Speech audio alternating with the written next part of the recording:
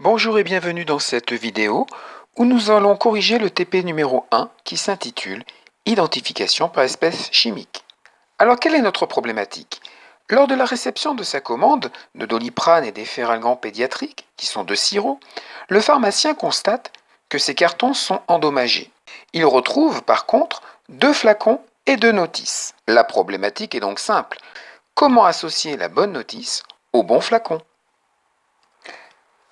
Alors, qu'est-ce que je sais concernant ce problème? Je sais que le ferralgan, en regardant la notice, contient du saccharose, mais pas le doliprane. Je sais aussi que le saccharose s'hydrolyse en glucose s'il est chauffé en présence d'acide. Et je sais aussi que le glucose peut être identifié par le test avec la liqueur de Fehling. Alors, quelle est mon hypothèse? Je pense que l'on peut savoir qui est le doliprane, qui est l'efferalgan, en recherchant lequel des deux sirops contient du saccharose.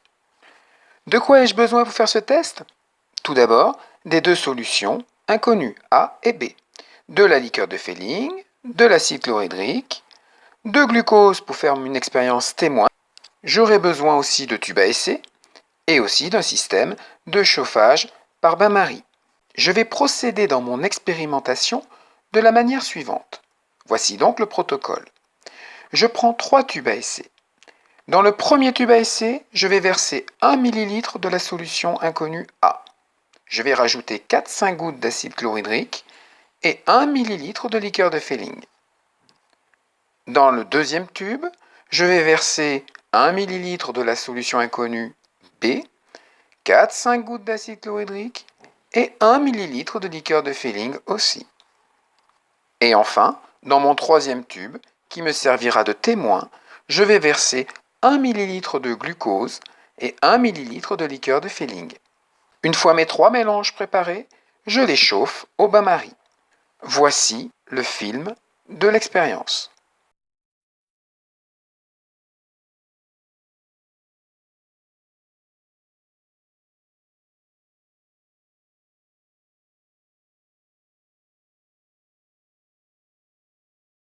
On constate l'apparition d'une coloration orange pour le contenu des tubes 2 et 3, c'est-à-dire le tube contenant la solution B acidifiée et le tube contenant le glucose.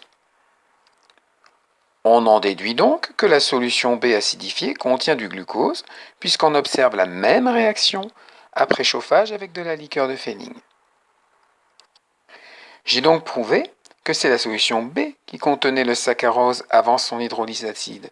Mon hypothèse est vérifiée. J'ai pu, grâce au test avec la liqueur de Fehling, en recherchant le glucose, trouver qui était la solution A, qui était la solution B. Je peux donc affirmer que l'efferalgan est en fait la solution B, car c'est la seule solution qui contient du saccharose.